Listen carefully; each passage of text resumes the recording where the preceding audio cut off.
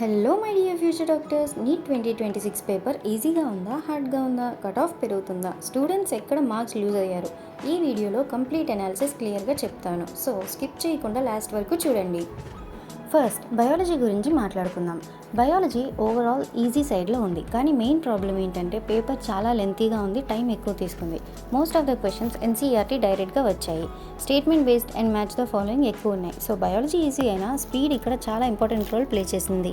ఇప్పుడు కెమిస్ట్రీ గురించి మాట్లాడాలంటే కెమిస్ట్రీ మోడరేట్గా ఉంది, బ్యాలెన్స్డ్ పేపర్ అని చెప్పొచ్చు. ఫిజికల్ కెమిస్ట్రీలో న్యూమరికల్స్ కొంచెం లెంతీగా ఉన్నాయి, ఆర్గానిక్ కెమిస్ట్రీ కొంచెం ట్రిక్కీగా ఉంది, అండ్ ఇన్ఆర్గానిక్ డైరెక్ట్గానే ఉంది లాస్ట్ ఇయర్లోనే. సో క్లారిటీ ఉన్న వాళ్ళకి మేనేజబుల్, కానీ టైం మేనేజ్మెంట్ ఇక్కడ కూడా ఇష్యూ అయింది. ఇప్పుడు ఫిజిక్స్ గురించి చూస్తే లాస్ట్ ఇయర్ కన్నా ఈజీ, కానీ మోడరేట్ లెవెల్లో ఉంది. మెయిన్ ప్రాబ్లం ఏంటంటే long numericals and lengthy calculations వల్ల చాలామంది స్టూడెంట్స్కి టైం సరిపోలేదు అండ్ క్యాలిక్యులేషన్స్లో మిస్టేక్స్ జరిగాయి. సో ఫిజిక్స్లో speed plus accuracy both are very important. Last ఇయర్తో కంపేర్ చేస్తే 2025లో ఫిజిక్స్ అనేది చాలా టఫ్గా ఉంది. బయో ఈజీ, కెమిస్ట్రీ మోడరేట్, కానీ 2026లో ఓవరాల్ పేపర్ ఈజియర్ సైడ్లో ఉన్న పేపర్ అనేది లెంత్ ఎక్కువ. ఇక ట్విస్ట్ ఏంటంటే 2025లో డిఫికల్టీ అనేది ఛాలెంజ్గా ఉంటే 2026లో టైం మేనేజ్మెంట్ అనేది ఛాలెంజ్ అయింది.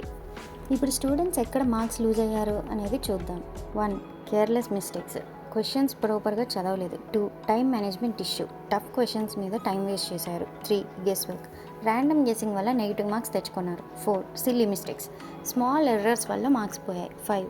ఓవర్లుకింగ్ ఈజీ క్వశ్చన్స్ని స్కిప్ చేసేశారు. ఇప్పుడు చాలా important question, cut off. Paper ఈజీగా ఉండడం వల్ల కట్ ఆఫ్ డెఫినెట్లీ ఇంక్రీజ్ అయ్యే ఛాన్స్ ఉంది. అప్రాక్సిమేట్లీ 50 to 70 మార్క్స్ వరకు పెరగచ్చు. అంటే లాస్ట్ ఇయర్ 400 కట్ ఆఫ్ అయితే ఇప్పుడు 450 or 470 వరకు వెళ్తుంది. కానీ ఫైనల్ కట్ ఆఫ్ అనేది అఫీషియల్ డేటా బట్టి డిసైడ్ అవుతుంది. ఇప్పుడు నీట్ 2026 అనేది అఫీషియల్గా అయిపోయింది. ఇప్పుడు మీరు డ్రాప్ తీసుకోవాలా, తీసుకుంటే పార్షియల్ డ్రాప్ తీసుకోవాలా, కంప్లీట్ డ్రాప్ తీసుకోవాలా, అండ్ నీట్ 2027కి కంప్లీట్ రోడ్ మ్యాప్ అనేది నెక్స్ట్ వీడియోస్లో నేను క్లియర్గా ఎక్స్ప్లెయిన్ చేస్తాను. So stay tuned and subscribe to NEET bridge Telugu.